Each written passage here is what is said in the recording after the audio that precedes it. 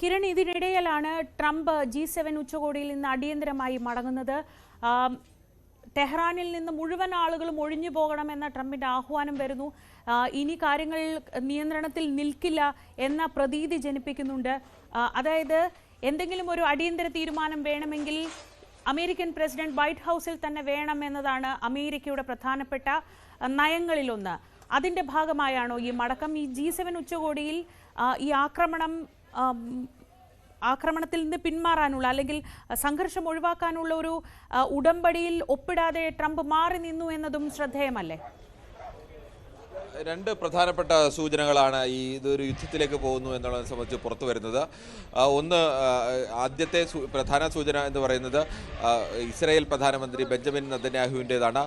ഞങ്ങൾ ഇപ്പോൾ അദ്ദേഹത്തിൻ്റെ ഏറ്റവും പുതിയ ഒരു അഭിമുഖത്തിൽ അദ്ദേഹം പറയുന്നത്, ഇറാനിലെ ജനതയ്ക്കെതിരെയല്ല ഞങ്ങളുടെ സമരം, ഇറാനിലെ ഭൂരിപക്ഷം ജനങ്ങളും സ്വാതന്ത്ര്യം ആഗ്രഹിക്കുന്നു, ഇറാനിലെ ജനങ്ങളുടെ സ്വാതന്ത്ര്യത്തിന് വേണ്ടിയുള്ള പോരാട്ടമാണ്, ഇതുവരെയും ആണവായുധങ്ങൾക്കെതിരെയുള്ള പോരാട്ടമാണ് എന്നൊക്കെ പറയുകയും ഇറാനിലെ ഭരണമാറ്റം എന്നത് രണ്ടാമത്തെ അജണ്ടയായി നിർത്തുകയും ചെയ്തെങ്കിൽ ഇതിപ്പോൾ തുറന്നു തന്നെ ഇപ്പോൾ പറയുന്നു ഇറാനിൽ ഒരു പുതിയ ഭരണകൂടം വരണം, ഇപ്പോഴത്തെ ഭരണകൂടം മാറണമെന്ന് പറയുന്നു. ഇതിന് തൊട്ടു മുമ്പ് ബെഞ്ചമിൻ നെതന്യാഹു പറഞ്ഞത് ഇവിടെ ഇറാന്റെ ആത്മീയ ആചാര്യൻ അയത്തുള്ള ഖൊമേനി ഇല്ലാതെയായി കഴിഞ്ഞാൽ സംഘർഷം കൂടുകയല്ല, സംഘർഷം അവസാനിക്കുകയാണ്, അതോടുകൂടി സംഘർഷം അവസാനിക്കുന്നു എന്ന് പറയുന്നു. ഇറാനിൽ ഒരു ബദൽ ഭരണകൂടം സൃഷ്ടിക്കും വരെ ഈ പോരാട്ടം തുടരും എന്നുള്ള സൂചനയാണ്, അല്ലെങ്കിൽ വ്യക്തമാക്കുകയാണ്, സൂചനയല്ലാതെ വ്യക്തമാക്കുകയാണ് യഥാർത്ഥത്തിൽ ബെഞ്ചമിൻ നെതന്യാഹു ചെയ്യുന്നത്. അതോടൊപ്പമാണ് ഇന്ന് പെട്ടെന്ന് തന്നെ G7 ഉച്ചകോടി, ലോകത്തെ പ്രധാനപ്പെട്ട രാജ്യങ്ങളെല്ലാം, രാഷ്ട്രങ്ങളുടെ തലവന്മാരെല്ലാം പങ്കെടുക്കുന്ന G7 ഉച്ചകോടിയാണ്. ആ ഉച്ചകോടിയിൽ നിന്നും അമേരിക്കൻ പ്രസിഡന്റ് ഡൊണാൾഡ് ട്രംപ് തിരിച്ച് അമേരിക്കയിലേക്ക് മടങ്ങുകയാണ്. അദ്ദേഹം പറയുന്നത് സുപ്രധാനമായ വിഷയങ്ങൾ വരുന്നു, അതുകൊണ്ട് ഞാൻ മടങ്ങിയെത്തേണ്ടതുണ്ട്, ആ കാര്യങ്ങൾ മറ്റുള്ളവർക്ക് അറിയാമല്ലോ എന്ന് പറഞ്ഞുകൊണ്ടാണ് അദ്ദേഹം മടങ്ങുന്നത്. സ്വാഭാവികമായും ശ്രീജ നേരത്തെ പറഞ്ഞതുപോലെ സുപ്രധാന തീരുമാനങ്ങൾ എടുക്കാൻ അമേരിക്കൻ പ്രസിഡന്റിന് വൈറ്റ് ഹൗസിൽ മടങ്ങിയെത്തേണ്ടതുണ്ട്, അത്തരം കാര്യങ്ങൾ കൊണ്ടാവും എത്തുന്നത്. അതുകൊണ്ട് ഉടൻ തന്നെ ആ തരത്തിലേക്ക് ഒരു യുദ്ധത്തിലേക്കോ അല്ലെങ്കിൽ നീങ്ങാനുള്ള ഒരു സാഹചര്യം ഈ ട്രംപിന്റെ സൂചനകൾ നൽകുന്നതായാലും അല്ലെങ്കിൽ നെതന്യാഹു നൽകുന്ന സൂചനകളിൽ നിന്നും മനസ്സിലാവുന്നത് അത്തരത്തിൽ ഒന്നാണ്. ഇന്നലെ രാത്രിയിലും ഇറാനു മേൽ കനത്ത വ്യോമാക്രമണമാണ് ഇസ്രായേൽ നടത്തിയത്. ഇന്നിപ്പോൾ ഏറ്റവും ഒടുവിൽ ഇറാൻ തിരിച്ചടിക്കാനുള്ള സാധ്യതകൾ എന്തായാലും ഇപ്പോൾ മുന്നിൽ കാണുന്നുണ്ട്. ഇസ്രായേലിന്റെ ഏറ്റവും ലോകത്തെ തന്നെ വളരെ പ്രധാനപ്പെട്ട പ്രതിരോധ സംവിധാനമായ അയൺ ഡോമിനെ അടക്കം തകർത്തുകൊണ്ട് ഇറാന്റെ മിസൈലുകൾ ഇസ്രായേൽ പതിച്ചിരുന്നു. ഇസ്രായേൽ ആളുകൾക്ക് ആൾനാശമുണ്ടായിരുന്നു. 24 പേരുടെ മരണം ഔദ്യോഗികമായി തന്നെ സ്ഥിരീകരിക്കുന്നു, 100ഓളം പേരുടെ മരണം അനൗദ്യോഗികമായി സ്ഥിരീകരിക്കുന്നുണ്ട്. ടെല്ലവീവിൽ അടക്കം ഉള്ള സ്ഥലത്ത്, തലസ്ഥാന നഗരിലും വൈഫൈ അടക്കമുള്ള തുറമുഖ നഗരത്തിലുമൊക്കെ ഇവിടെയൊക്കെയുള്ള ആളുകളെ തിരിച്ച് ബങ്കറുകളിലേക്ക് പോകാനുള്ള നിർദ്ദേശം നൽകേണ്ടി വരുന്ന അവസ്ഥ ഇസ്രായേലിനുണ്ടാകുന്നു. അവിടുത്തെ പ്രധാനപ്പെട്ട കെട്ടിടങ്ങൾ തകരുന്നു. ഇസ്രായേലിൻ്റെ ഏറ്റവും പ്രധാനപ്പെട്ട F-35 വിമാനം, ഒരു പോർ വിമാനം അടിച്ചിട്ടു എന്ന് ഇറാൻ അവകാശപ്പെടുന്നു. അതിൻ്റെ സ്ഥിരീകരണം ഇനി വരാനുണ്ട്. എന്തായാലും ആ തരത്തിലേക്കുള്ള തിരിച്ചടികൾ ഈ ഭാഗത്തും ഉണ്ടാകുന്നുണ്ട്. അതുകൊണ്ട് തന്നെ ഇനിയും ശക്തമായ ഒരു ആക്രമണത്തിലേക്ക് നീങ്ങാൻ ഉള്ള സാധ്യത കൂടി കാണുന്നുണ്ട്. എന്തായാലും അമേരിക്കൻ പ്രസിഡന്റ് G7 നിന്ന് പിൻവാങ്ങിയതും ബെഞ്ചമിൻ നെതന്യാഹുവിൻ്റെ പ്രസ്താവനയും സൂചിപ്പിക്കുന്നത് കടുത്ത ഒരു ആക്രമണത്തിലേക്ക് അല്ലെങ്കിൽ യുദ്ധത്തിലേക്ക് ഈ സാഹചര്യം നീങ്ങാനുള്ള സാധ്യതകൾ തന്നെയാണ് കാണുന്നത്. കിരൺ, മടങ്ങിയെത്താം. ഇറാൻ സൈനിക കേന്ദ്രങ്ങളിലാണ് ആക്രമണം നടത്തിയതെന്ന ഇസ്രയേൽ വാദം തെറ്റാണെന്ന് UN-ലെ ഇറാൻ സ്ഥാനപതി ആമിർ സയ്യിദ് ഇറാവനി പറഞ്ഞു. ഇറാൻ ജനതയെയാണ് ഇസ്രയേൽ ലക്ഷ്യമിടുന്നതെന്നും നിരവധി പേർ കൊല്ലപ്പെട്ടെന്നും അദ്ദേഹം ചൂണ്ടിക്കാണിച്ചു. ജനങ്ങൾ തിങ്ങിപ്പാർക്കുന്ന ഇടങ്ങളിലാണ് ഇസ്രയേൽ മിസൈൽ ആക്രമണം നടത്തിയതെന്നും അദ്ദേഹം പറഞ്ഞു. Israel has committed a blatant act of aggression against the sovereign and territorial integrity of Iran. Its relentless campaign of atrocities against our people continues unabated. This is a serious violation of the United Nations Charter and fundamental principles of international law. These attacks crossed all red lines. Iran നടത്തുന്ന ആണവ പരീക്ഷണങ്ങൾ കാരണം മറ്റൊരു വഴിയുമില്ലാതെയാണ് ആക്രമണത്തിന് മുതിർന്നതെന്നും അവർ പിന്മാറാതെ ആക്രമണം നിർത്തില്ലെന്നും Israeli president ഐസാക് Herzog പറഞ്ഞു. When you take such decisions of historic magnitude and proportions, you have to analyze all facets and all facts. The truth of the matter is there was no other choice. It was just, as we say in football, the 90th minute. Because the Iranian nuclear program was rushing underneath, by the way, under disguise, was rushing to the bomb, meaning the bomb is created of two things, enriched uranium and the armament part of it, which makes the bomb. They were proceeding dramatically on both venues. I would say that I do not want to comment about Iran's supreme leader. That is being discussed in the closed rooms of the War Cabinet and, of course, in dialogue with the United States of America. I know only about the leadership of the National Revolutionary Guards, their intelligence and their Air Force, and all those who instigate terror. God forbid, we are adamantly not aiming at civilians, as opposed to the Iranians who are aiming at civilians all the time. And again, I want to make it clear, we did not seek this war, we did not want this war. കാനഡയിൽ നടക്കുന്ന G7 ഉച്ചകോടിയിൽ Iran Israel സംഘർഷം അവസാനിപ്പിക്കാനുള്ള ചർച്ചകൾക്കാണ് പ്രാമുഖ്യമെന്ന് British പ്രധാനമന്ത്രി Kane Starmer പറഞ്ഞു. Well, it is really important that we focus on de-escalation because the risks of the conflict escalating are obvious across the region and beyond the region. The impact that this could and probably will have on Gaza, which is a tinderbox, and of course the impact on the economy. That is why at the G7 there's such a focus on de-escalation. That'll be an intense discussion for our talks today, but we have to find a way to de-escalate this situation, notwithstanding the concerns that we all have about the nuclear program. There's no doubt about that. Notwithstanding, we all accept Israel's right to self-defense, of course, but there must be de-escalation, and that will be the central focus of much of the discussion.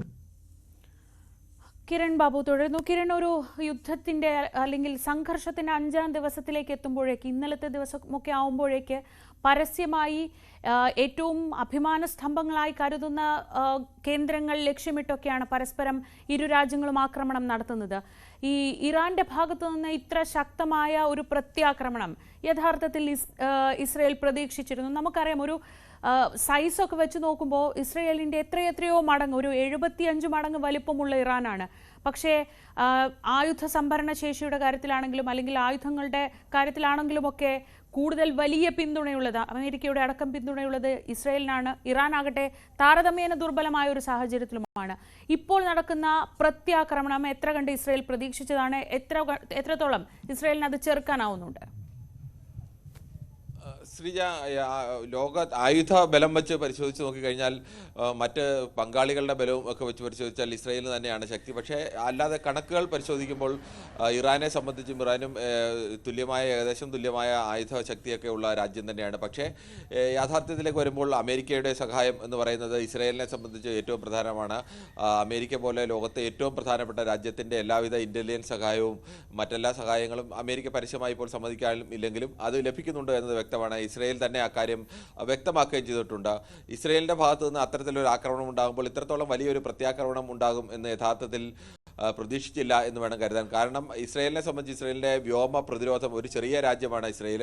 ആ ഇസ്രയേലിൻ്റെ ആകാശത്ത് എവിടെ നിന്ന് മിസൈലുകളോ അല്ലെങ്കിൽ മറ്റേ ഡ്രോണുകളോ എന്തെത്തിയാലും അതിനെ തടയാനുള്ള വ്യോമ പ്രതിരോധ സംവിധാനം, അയൺ ഡോം എന്ന് പറയുന്ന പ്രതിരോധ സംവിധാനം, അത് ഏത് മിസൈൽ ആകാശത്തുണ്ടെങ്കിൽ ആകാശത്ത് നിന്ന് ആ രാജ്യം ലക്ഷ്യമാക്കി നീങ്ങുന്നുണ്ടെങ്കിൽ അതിനെ കണ്ടെത്തി ആ മിസൈലുകൾക്ക് നേരെ മറ്റ് മിസൈലുകൾ അയച്ച് അതിനെ ആകാശത്ത് വെച്ച് തന്നെ തകർക്കുക.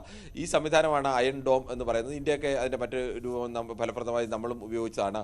ഈ അയൺ ഡോം സംവിധാനം ലോകത്ത് തന്നെ ഏറ്റവും പ്രധാനപ്പെട്ട ഈ പ്രതിരോധ സംവിധാനങ്ങളിലൊന്നാണ്. അതിനെ തകർത്ത് ഇസ്രയേലിൽ മിസൈൽ പതിപ്പിക്കുക എന്ന് പറയുന്നത് വളരെ ബുദ്ധിമുട്ടാണ്. പക്ഷേ അതിനെയൊക്കെ തകർത്തുകൊണ്ടാണ് ഇസ്രയേലിൽ മിസൈൽ പതിപ്പിച്ചത്. ആദ്യഘട്ടത്തിലൊക്കെ പ്രധാനമായും ഇറാൻ ചെയ്തത് തുടർച്ചയായി മിസൈലുകൾ തുടരെ മിസൈലുകൾ അയച്ചുകൊണ്ടിരിക്കുക, ഒരുമിച്ച് കുറേ നൂറുകണക്കിന് മിസൈലുകൾ അയച്ചുകൊണ്ടേയിരിക്കുക. അപ്പോൾ നിരവധി മിസൈലുകൾ ആകാശത്ത് വരുമ്പോൾ അതിലേതൊക്കെയാണ് തിരിച്ച് ഇസ്രയേലിലേക്ക് വരുന്നത് എന്നത് തിരിച്ചറിഞ്ഞ് അതിനെ ഓരോന്നിനെയും ഡിഫെൻഡ് ചെയ്യാനുള്ള മിസൈലുകൾ തിരിച്ചയക്കുക എന്നുള്ള സംവിധാനത്തിൽ ഇതെല്ലാം മിഷൻ യന്ത്രം ചെയ്യുന്ന കാര്യങ്ങളാണ്, അല്ലെങ്കിൽ കമ്പ്യൂട്ടറൈസ്ഡ് ആയിട്ട് ചെയ്യുന്ന കാര്യങ്ങളാണ്. അത്തരം AI അടക്കമുള്ള ബുദ്ധി ഉപയോഗിച്ചുകൊണ്ട് ചെയ്യുന്ന വിഷയങ്ങളാണ്. അപ്പോൾ അതിൽ മിഷനെ കൺഫ്യൂസ്ഡ് ആക്കി കഴിഞ്ഞാൽ സ്വാഭാവികമായും 100 മിസൈലുകൾ അയച്ചു കഴിഞ്ഞാൽ 80-85 മിസൈലുകൾ തകർക്കാൻ പറ്റിയേക്കും. പക്ഷേ 15ഓളം മിസൈലുകൾ അത് രാജ്യത്ത് വീഴുക, അല്ലെങ്കിൽ 10 മിസൈലുകളെങ്കിലും വീഴുന്ന ഒരവസ്ഥയുണ്ടാവും. ഒരുമിച്ച് വാരി വിതറുന്നത് പോലെ മിസൈലുകൾ ഇടുക, അപ്പോൾ അയൺ ഡോമിൻ്റെ പ്രവർത്തനം തകരാറിലാവും. ഇതാണ് ആദ്യഘട്ടത്തിൽ ഫലപ്രദമായി ഇറാൻ പ്രയോഗിച്ചത്. അതുകൊണ്ട് തന്നെയാണ് ഇസ്രയേൽ അത്തരമൊരു ആക്രമണം, ആ തരത്തിലേക്ക് ഒരു വലിയൊരു ആക്രമണം പ്രതീക്ഷിച്ചിരുന്നില്ല, ഈ അയൺ ഡോം സംവിധാനത്തെ തകർത്തുകൊണ്ട് വീണത്. പിന്നീട് ഇപ്പോൾ ഇറാൻ അവകാശപ്പെടുന്ന മറ്റൊരു പുതിയ കാര്യം, അത് ഇസ്രയേൽ അംഗീകരിച്ചിട്ടില്ല.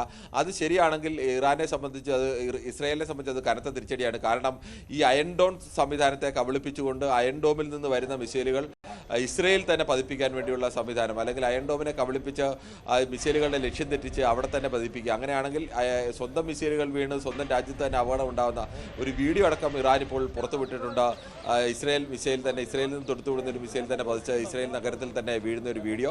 അത് എങ്ങനെയാണ് നടപ്പാക്കിയത് എന്നത് സംബന്ധിച്ച് ഇറാൻ പറയുന്നില്ല. ഇനി അത് പൂർണ്ണമായും ഇറാൻ അവകാശവാദം ശരിയാണോ എന്ന് സംബന്ധിച്ച് ഇസ്രയേലിൻ്റെ ഭാഗത്തു നിന്നും അല്ലെങ്കിൽ ലോകത്തെ പ്രധാനപ്പെട്ട അത്തരം എക്സ്പെർട്ടുകളുടെ ഭാഗത്തു നിന്നും അത്തരമൊരു വിശദീകരണം വന്നിട്ടില്ല. എന്തായാലും അയൺ ഡോമിൻ്റെ കാര്യശേഷിയെ അല്ലെങ്കിൽ അയൺ ഡോം 100% വിശ്വസിക്കാൻ കഴിയുന്ന ഒരു പ്രതിരോധ സംവിധാനമാണ് എന്നുള്ള ഇസ്രയേലിൻ്റെ അവകാശവാദത്തെ ഇറാന് പൊളിക്കാൻ എന്തായാലും കഴിഞ്ഞു എന്നത് ഒരു യാഥാർത്ഥ്യമാണ്. ആ അയൺ ഡോം സംവിധാനത്തെ പൊളിച്ചുകൊണ്ടാണ് ആദ്യം കൂട്ടത്തോടെ കല്ല് വാരി എറിയുന്നത് പോലെ മിസൈലുകൾ വാരി എറിഞ്ഞുകൊണ്ട് ഈ ഓരോ കല്ലിനെയും എറിഞ്ഞെറിഞ്ഞ് തകർക്കുക എന്നതുപോലെ തന്നെയാണ് ഈ മിസൈലുകളെ തകർക്കുന്നത്. ഒരു മിസൈൽ ആകാശത്ത് വരുന്നു, അതിനെ കൃത്യമായി ഡിക്റ്റേറ്റ് ചെയ്യുന്നു, അത് ഏത് സ്ഥലത്താണ് വരുന്നതെന്ന് പറയുന്നു, അത് ഭൂമിയിലെത്തുന്നതിന് മുമ്പ് തന്നെ ആകാശത്ത് വെച്ച് തന്നെ അതിനെ തകർക്കുന്നു. ഇതാണ് ഈ അയൺ ഡോം സംവിധാനം ചെയ്തുകൊണ്ടിരിക്കുന്നത്. ഈ സംവിധാനത്തെ തകരാറിലാക്കുക എന്ന് പറഞ്ഞാൽ ഒരേ സമയം ഒരുപാട് മിസൈലുകൾ അയക്കുക. അപ്പോൾ സ്വാഭാവികമായിട്ടുണ്ടാകുന്ന ഏതൊക്കെ മിസൈലുകളാണ് വരുന്നത്, മിസൈലുകളുടെ ദിശയുമൊക്കെ ആകാശത്ത് തിരിച്ചറിയുന്നത്, മിസൈലുകളുടെ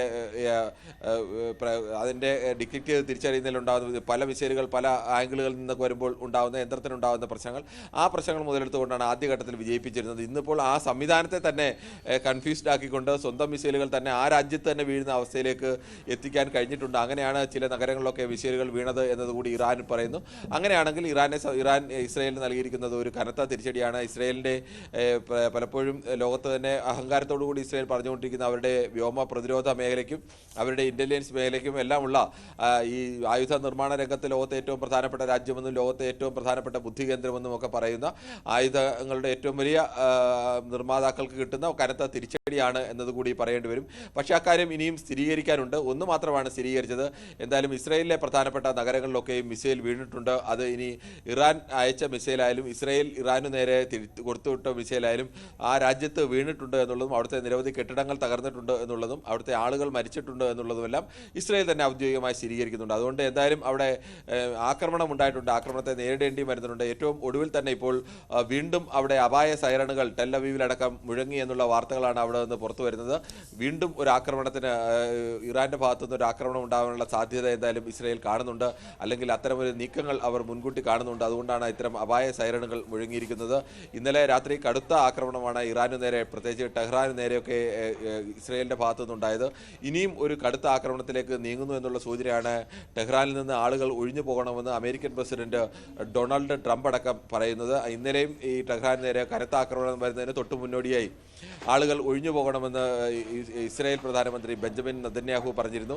നേരത്തെ ഗസയ്ക്കു നേരെ ആക്രമണം നടത്തുന്ന സമയത്തും ഇതുതന്നെയായിരുന്നു. നിങ്ങൾ ഒഴിഞ്ഞു പോകണം എന്ന് നിർദ്ദേശം കൊടുക്കുന്നു, ജനങ്ങൾ എത്രയും വേഗം ഒഴിഞ്ഞു പോകണമെന്ന് പറയുന്നു. തൊട്ടു പിന്നാലെ വലിയ ആക്രമണം നടത്തുന്നു എന്നുള്ളതാണ്.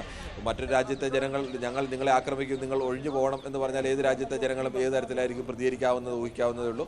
ഇവിടെയും അങ്ങനെ തന്നെയായിരുന്നു. ടെഹ്റാനിലേക്ക് ജനങ്ങൾ ഒഴിഞ്ഞു പോകണം എന്ന് പറയുകയും ഇറാൻ അങ്ങനെ ഏതെങ്കിലും തരത്തിൽ ജനങ്ങളെ ഒഴിപ്പിക്കാനുള്ള നടപടികൾ ഒന്നും സ്വീകരിച്ചില്ല. തൊട്ടു പിന്നാലെ അവിടെ കനത്ത വ്യോമാക്രമണം ഉണ്ടാകുന്നു. 80-ലധികം പേരുടെ മരണം ഇന്നലെ രാത്രി തന്നെ ഉണ്ടായി എന്നുള്ളതാണ് അനൗദ്യോഗിക റിപ്പോർട്ടുകളൊക്കെ പുറത്തു വരുന്നത്. ഔദ്യോഗികമായി മരണസംഖ്യ ഇപ്പോഴും 250-ൽ താഴെയാണ്. പക്ഷേ അനൗദ്യോഗികമായി അത് 400-500-ലേക്ക് എത്തി എന്നാണ് ആ സ്ഥലത്തെ ഇറാനിൽ തന്നെയുള്ള മാധ്യമങ്ങളൊക്കെ ഇപ്പോൾ റിപ്പോർട്ട് ചെയ്തുകൊണ്ടിരിക്കുന്നത്. എന്തായാലും അത്തരം കണക്കുകളൊക്കെ എപ്പോഴും എല്ലാ രാജ്യങ്ങളും കുറച്ച് മാത്രമാണ്, അല്ലെങ്കിൽ പൂർണ്ണ സ്ഥിരീകരണത്തിന് ശേഷം മാത്രമാണ് അത് യുദ്ധത്തിൽ മരിച്ചതാണ് എന്ന മട്ടിലൊക്കെ വരിക.